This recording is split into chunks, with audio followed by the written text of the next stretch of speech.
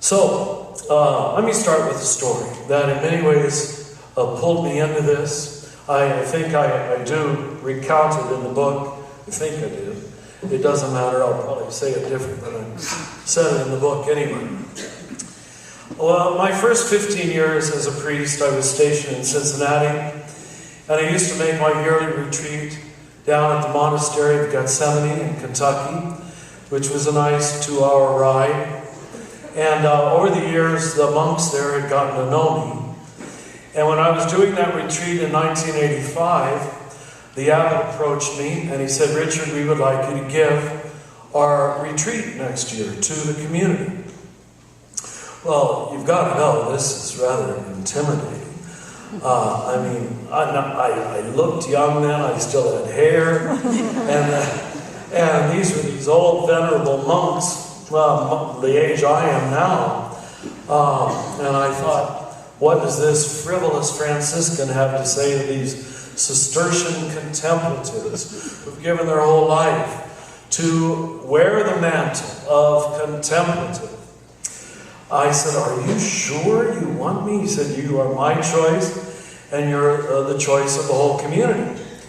I said, "Okay, but you better pray." I mean, we're talking about an 8-day retreat. 8 days. What am I going to say to these men way beyond where I am in 8 days? Over 8 days. So I came. We started the first day. Now, this will make sense to any of you from the Catholic tradition. Catholicism at its worst, but at its most common worst, I'm afraid, tends to be a top-down religion.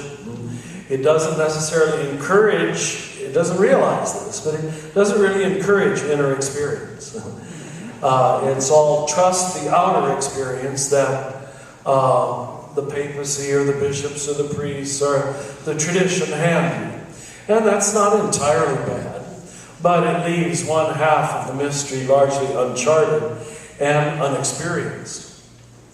So the Catholic form of teaching, paralleling the Protestant form of quoting scriptures, is we quote saints and fathers of the church and councils of the church and popes and mystics, and you have the Catholic in your hand as soon as you said Saint so-and-so said this or Saint so-and-so said that. It works, just as it does to quote the scriptures to a Baptist. You got the authority there. You don't have to have inner experience. You can rely upon the scriptures experience or the saints experience. So I thought, well, certainly in this august crowd, the man to quote was the man himself, Thomas Merton. This was his own monastery. He was buried outside the church. Some of you probably visited there. It's a pilgrimage place for people from all over the world. And I do believe Thomas Merton will probably go down as the most significant American Catholic of the 20th century, maybe along with Dorothy Day, the two of them together. At any rate, I'm moving into my first talk and trying to gain some authority, this young man with hair to these old men without hair. And I raise my authoritative finger and I say, "As Merton said," thinking this flourish would bring them all to my feet. And honestly, when I said it, there was coughing, there was shuffling, there were people who looked down suddenly. There's a very special form of male passive-aggressive behavior. When males not only do not want to listen to you, but want to let you know they're not listening to you. Now, it works in this room. They find something very interesting outside the window. And they deliberately look away from you. They do. I'm sure women wouldn't do that, but men often do. It was rather automatic. It was like the wave across the room. But I thought maybe something else was going on. Is certainly in this holy group would not be in-house jealousy, or wouldn't be no prophet being honored in his own country, would it? So the second day I raised the same hand with the same authority, and I said, as Thomas Merton said, and dang it, the same response. Coughing, shuffling, twisted heads. So, I asked Brother Bruno, now deceased, who was a friend of mine, I pulled him aside in the hallway and I said, Bruno, am I doing myself any favor by quoting Thomas Merton? Now, before I give you his answer, his direct, short answer, I again remind you that these are men who've given their entire life to think of themselves as contemplatives, right? That's their self-image.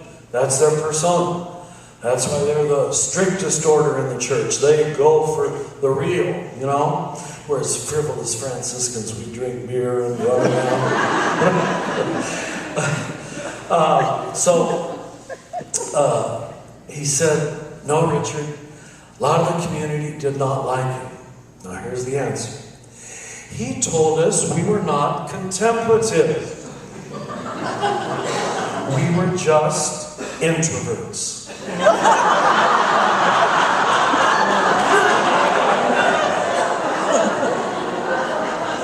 The readiness of your laugh shows you understand. I have said that to some crowds and no one laughs. You know, they don't get it. But you know the terrain here. That this is what happened. You see, when the contemplative tradition was lost, if you were simply a prayer person, a person who liked to say prayers, or you were into churchiness, or religious garb, or chant, or monasteries, you know, you went off. But what you sadly found out was that a lot of the people just didn't like people. You understand? It wasn't that they necessarily had an alternative consciousness. They said prayers all day with a dualistic mind. You understand? This, brothers and sisters, was the norm. You've got to know, it was Thomas Merton who almost single-handedly, and that isn't much of an exaggeration, almost single-handedly, beginning with his writings in the late 50s into the 60s. Like the Wizard of Oz, the veil was pulled back, and he helped us see the true contemplative tradition. It doesn't exist anymore, even in the orders that call themselves contemplative. So we're now, 40, 50 years into this, and groups like Shalem are the fruit of this uncovering, this rediscovery, this spreading of an alternative consciousness.